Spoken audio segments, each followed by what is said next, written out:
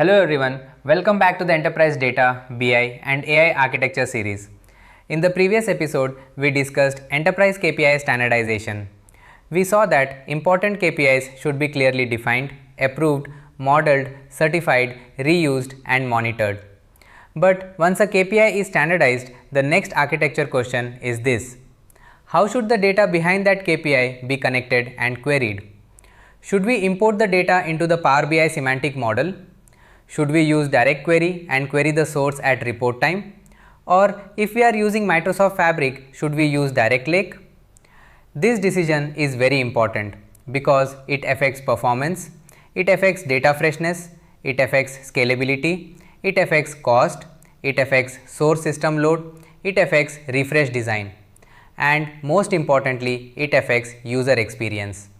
So, in this episode, we will compare import, DirectQuery and DirectLake from an enterprise architecture point of view. Not just from a feature point of view, many teams choose connectivity mode casually. They say let us use import because it is fast, or let us use DirectQuery because the business wants live data, or let us use DirectLake because it is the latest option in Fabric. But as architects, we should slow down and ask the right questions. How fresh does the data really need to be? How large is the data? How fast should the report be? How many users will use it? Can the source system handle many queries? What is the refresh window? What is the capacity impact? What is the data platform strategy? The connectivity mode affects the full BI architecture. It is not only a developer setting, it decides where the data is stored, it decides when the data is refreshed, it decides how queries are executed, it decides whether the source system is protected or exposed to reporting load. So this choice must be made based on business requirement and architecture fit. Now let us be practical. In many organizations, connectivity mode is not selected through architecture review. It is selected report by report. One developer uses import, another developer uses DirectQuery, another team connects directly to a warehouse, another report imports from Excel, another report uses a data flow, another team starts using Fabric and DirectLake. After some time, nobody knows why each report was designed that way. Some reports are slow, some refreshes fail, some models are too large, some DirectQuery reports put pressure on the source system, some reports show stale data but users expected fresh data.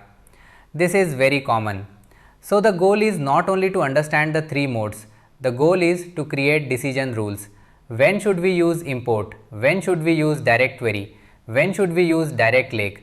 When should we avoid each one? That is how connectivity becomes an architecture decision, not a random developer choice. Let us start with import mode. In import mode, data is copied from the source system or data platform into the Power BI semantic model. After the data is imported, reports query the model inside Power BI. They do not query the source system every time a user opens a report or clicks a slicer. This is why import mode is usually very fast for report users. The data is already loaded and optimized inside the Power BI engine. Import mode is very common for enterprise reporting. It works well when data does not need to be live every second. For example, daily sales reporting, monthly finance reporting, inventory snapshots, procurement reporting, HR analytics, executive dashboards. In these scenarios, scheduled refresh is often enough. The data may refresh every morning, every few hours, or based on the business requirement. So, import mode is a strong choice when performance and stability are more important than second by second freshness. Import mode has many strengths. The first strength is performance. Because the data is already loaded into the model, report interactions are usually fast. The second strength is reduced source load. If 1000 users open a report, they are not sending 1000 queries to the production database. The third strength is modeling flexibility. Power BI modeling, DAX, measures, relationships, hierarchies and optimization patterns work very well with import mode. But there are watch points. The first watch point is freshness. If the model refreshes at 8 am, users may not see transactions after that refresh. The second watch point is refresh duration. Large models may take longer to refresh. The third watch point is model size.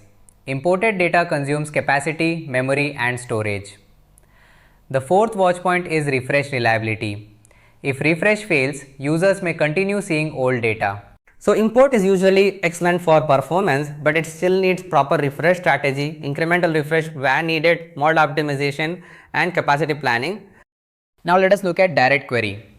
In DirectQuery mode, the data is not imported into Power BI in the same way. The data stays in the source system.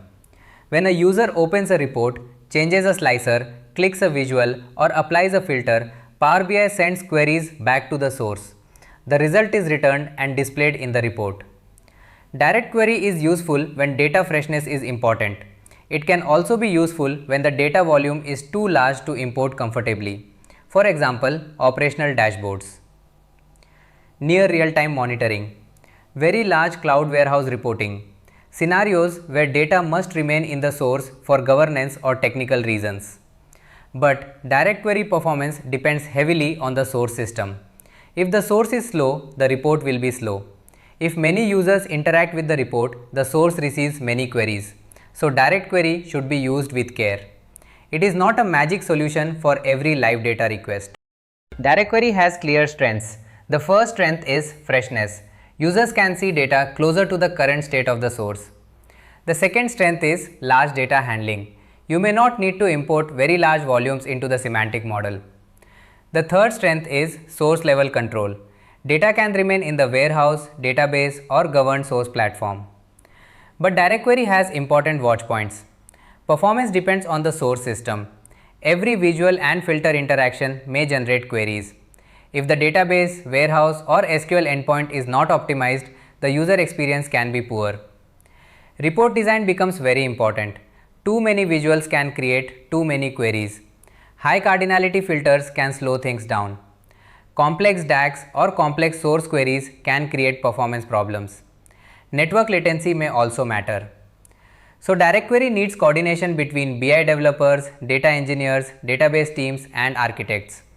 The source must be designed for analytical queries, otherwise DirectQuery can become slow and frustrating for users. Now let us discuss DirectLake. DirectLake is a Microsoft Fabric storage mode for Power BI semantic models. It is designed to work with data stored in OneLake, especially in Fabric Lakehouse and warehouse scenarios. With import mode, data is copied into the Power BI semantic model through refresh. With DirectQuery, Power BI sends queries to the source at report time. DirectLake takes a different approach. It allows Power BI semantic models to access data directly from OneLake files without the traditional import copy process. From an architecture point of view, this is important because it connects Power BI more deeply with Microsoft Fabric.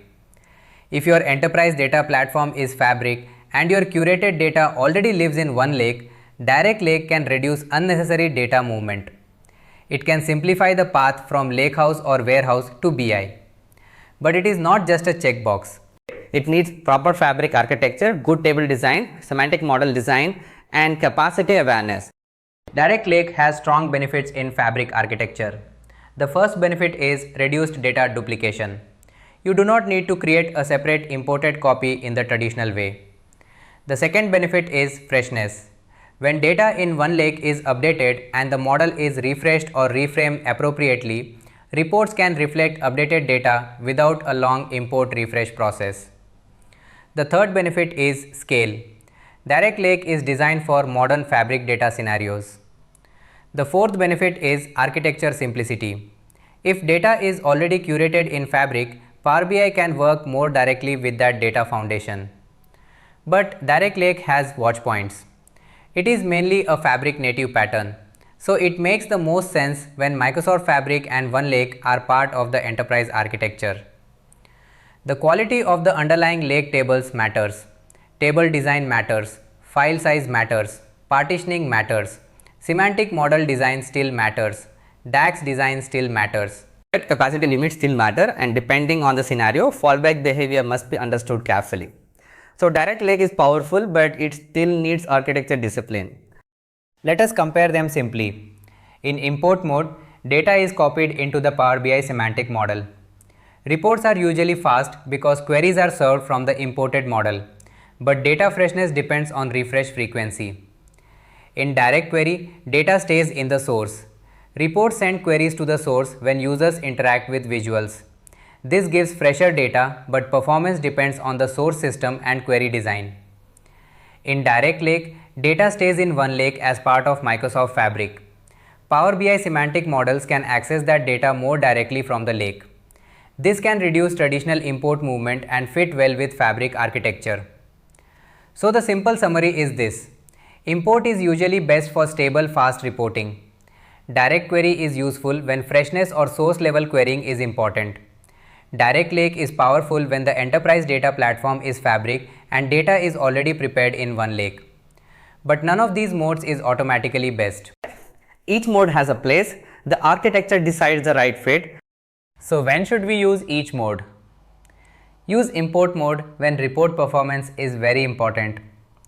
Use it when users expect fast slicers, fast visuals and smooth dashboards. Use it when scheduled refresh is acceptable. For example, daily executive dashboards, finance reports, sales performance reports, procurement reports, inventory snapshots and HR analytics. Use DirectQuery when data freshness is more important than imported performance. Use it when users need near real-time data from the source. Use it when data volume is too large to import fully. Use it when the enterprise wants the warehouse or database to remain the main query engine. But make sure the source is designed for analytics. Use DirectLake when Microsoft Fabric is part of your enterprise data platform strategy. Use it when curated data is already available in OneLake. Use it when you are building semantic models on top of Fabric Lakehouse or warehouse data. Use it when you want scalable BI without traditional import movement. The key point is simple. Choose based on requirement, not hype. Let us look at common mistakes. The first mistake is using DirectQuery just because users say they want live data. Many times users say live data, but they actually need hourly or daily refresh. If we use DirectQuery unnecessarily, we may create slow reports and extra source load. The second mistake is importing too much data. Some teams import every column, every row and many years of history, even when reports only need a small subset. This increases model size and refresh time. The third mistake is using DirectLake without proper lake design. DirectLake is powerful, but if the underlying tables are poorly designed, performance can still suffer. The fourth mistake is ignoring business freshness requirements. Not every report needs real-time data. Finance may need month-end accuracy, sales may need daily refresh, operations may need near real-time updates. The fifth mistake is choosing the mode based on hype. Architecture should not follow hype. Architecture should follow requirement. Here is a simple decision framework. First, ask about freshness. Does the business need real-time, near real-time, hourly, daily or monthly data? Second, ask about data volume. Is the model small, medium, large or very large? Third, ask about performance expectation. Do users expect fast interactive dashboards? Or is slightly slower operational querying acceptable? Fourth, ask where the data lives. Is it in a traditional database, a cloud warehouse, a lakehouse, Microsoft Fabric, OneLake? Fifth, ask about source capability. Can the source handle analytical queries from many users? Sixth, ask about platform strategy.